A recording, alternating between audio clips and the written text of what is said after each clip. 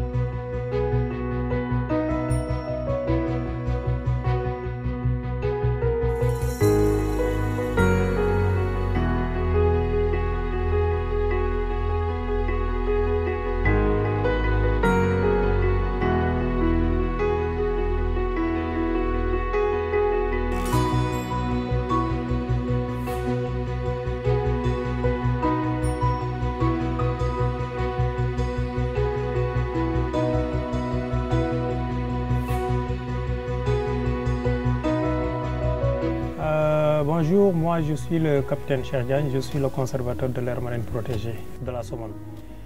L'AMP de Somone est une structure régulièrement constituée et qui est gérée par la direction des aires marines communautaires protégées, ministère de l'Environnement. Il a une superficie de 700 hectares et depuis le mois de mai 2020, on a ajouté une partie maritime composée donc avec une profondeur de 5 km et une largeur donc de 3 km, ce qui fait qu'il y a actuellement donc deux parties, une partie maritime et une partie terrestre. Son objectif, c'est de contribuer efficacement à la gestion, à la remontée biologique des espèces marines et côtières.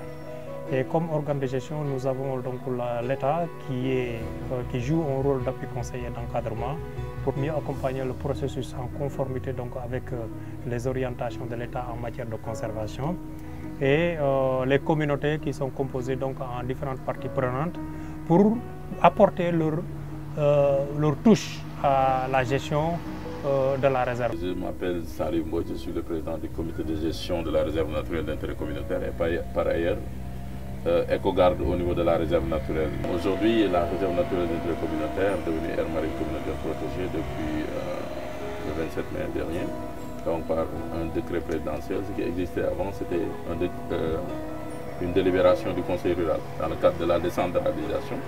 C'était aussi les populations locales qui ont eu cette idée de restaurer ce site qui était complètement dégradé. Dégradé comment? Grâce à l'action de l'eau. Donc maintenant, au lieu que les populations viennent couper, maintenant chaque année on vient pour repiquer la mangrove, ce qui explique la présence de cette faune.